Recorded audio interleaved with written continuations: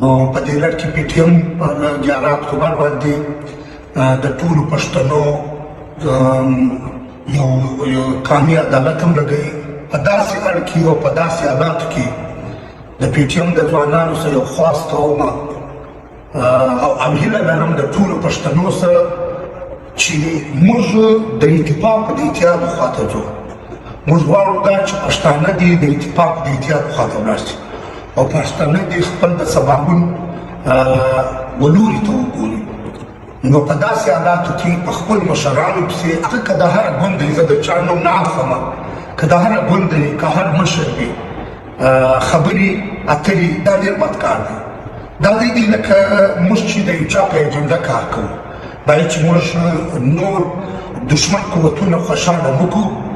موږ باید چې د خپلو مشرانو قدر وکړو او د ټولو پښتنو سره دا خواست دی. د پی ټي ایم د ځوانانو سره ډېر خواست دی. د نورو پښتنو سره زه اپیل کوم چې پر داسې حالاتو کې چې پښتانه د اور په لمبو کې دي